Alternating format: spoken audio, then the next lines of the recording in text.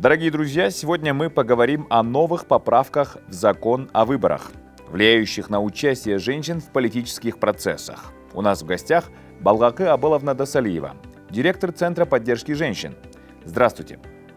Сейчас закон находится на стадии инвентаризации. В целом, какие изменения произошли в избирательном процессе? 5 мая 2021 года Кыргызстан вместе с переходом на президентскую форму правления принял новую конституцию. С переходом на президентскую форму правления и принятием новой редакции конституции в настоящее время проводится процесс инвентаризации более 350 законов, стратегий, программ и других областей права Кыргызской Республики на предмет их соответствия Конституции Кыргызской Республики. По итогам инвентаризации в августе 2021 года был принят новый конституционный закон Кыргызской Республики о выборах президента Кыргызской Республики и депутатов Жогорку Кенеша Кыргызской Республики. Этот закон предполагает использование мажоритарной и пропорциональной смешанной избирательной системы. Так, теперь, согласно законодательству, депутатский корпус Жогорку Кенеша Кыргызской Республики состоит из 90 депутатов. Из них 54 избираются по единому избирательному округу по пропорциональной системе, то есть через партии, а 36 депутатов будут избираться по одномандатному избирательному округу по мажоритарной системе. Норма о квотах, принятая на основе международного законодательства, действует в качестве временной специальной меры и только в отношении 54 депутатов, а на 36 депутатов, избранных по одномандатным избирательным округам, норма о квотах не распространяется. В итоге только 16 мандатов из 90 смогут получить женщины. Следовательно, женщин Кыргызстана, составляющих 52% населения, могут предоставлять только 16-17 женщин. А при избрании по мажоритарной системе в отношении женщин барьеров очень много. У людей по-прежнему сохраняется стереотипный взгляд в отношении участия женщин в политике, так как гендерная политика не продвигается в нужной степени. Люди склонны следовать ошибочным высказываниям некоторых политиков, что препятствует формированию глубокого, правильного понимания важности участия женщин в политике. Поэтому общественность не ожидает, что по мажоритарной системе женщины придут в парламент в хорошем процентном соотношении. А зачем нужен гендерный баланс в государственных, представительных и исполнительных органах? Гендерный баланс – основа, необходимая для достижения процветания, мира и устойчивого развития страны, которая также отражена в документе «Цели устойчивого развития», цель 5. Как оказалось, если на уровне принятия решений имеется равная представленность как женщин, так и мужчин, то учитываются интересы всего населения Кыргызстана, лиц с инвалидностью, пожилых людей, молодежи, детей, бизнес-сектора, вообще всех. Гендерный баланс на уровне принятия решений также учитывается в Пекинской платформе 1995.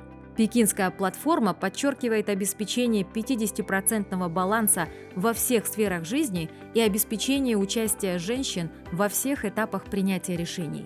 Платформой предусмотрено создание программ, которые будут реализовываться с участием женщин в формировании политики и в конечном итоге будут направлены на повышение роли женщин. В результате, например, с приходом женщин в наш Жогорку Кенеш начали приниматься законы, продвигающие гендерную политику. Например, сократилось количество несовершеннолетних девушек, которых вынуждали вступать в ранние браки. Согласно статистике ЮНИСЕФ за 2018 год, ранние браки наиболее распространены в сельской местности – 16,4%, в городах – 8,6%.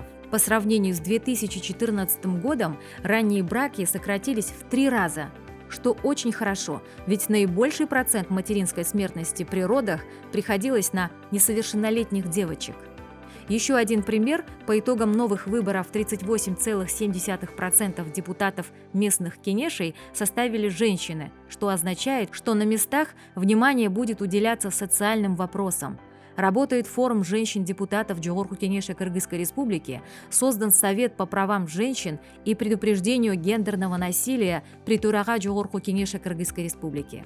Таким образом, женщины-политики доказали, что могут проводить политику государства в правильном направлении. Все это свидетельствует о том, что в нашей стране наблюдается сдвиг в сторону гендерного баланса. Насколько политические права женщин соблюдаются законом и Джогорху Кенешем, в законах и постановлениях, обеспечивающих участие женщин? Согласно исследованию Организации Объединенных Наций ООН, если на уровне принятия решений будет представлено не менее 30% представителей каждого пола, то при принятии решений будут учитываться все проблемы населения. Также и в Кыргызстане не менее 30% женщин должны были участвовать на уровне принятия решений. Но, к сожалению, до сих пор это требование не соблюдается. Двойной стандарт.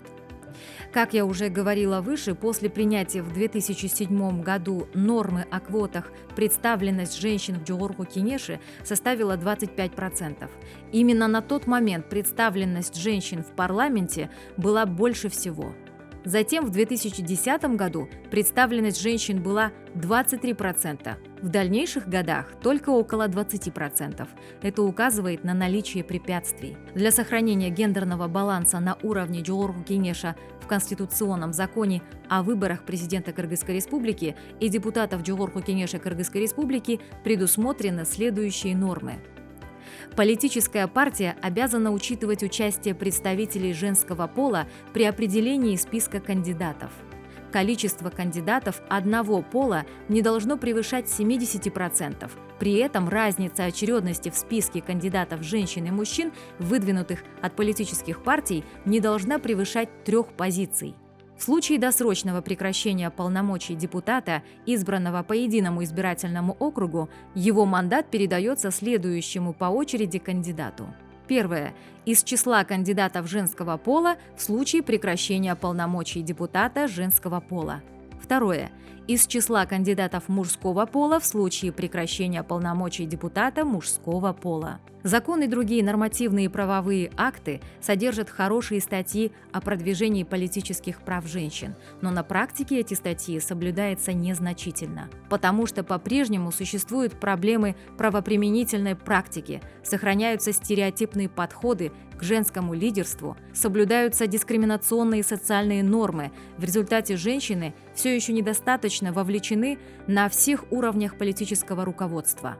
Например, действующий кабинет министров состоит из 21 чиновника, в составе есть только одна женщина-министр, а это значит, что всего 4,7% руководящего состава в кабинете министров составляют женщины, а в Джогорху Кенеше 16,6% вместо 30%. Спасибо за интересное интервью. Сегодня у нас была директор Центра поддержки женщин Досалиева Балгакы Абыловна.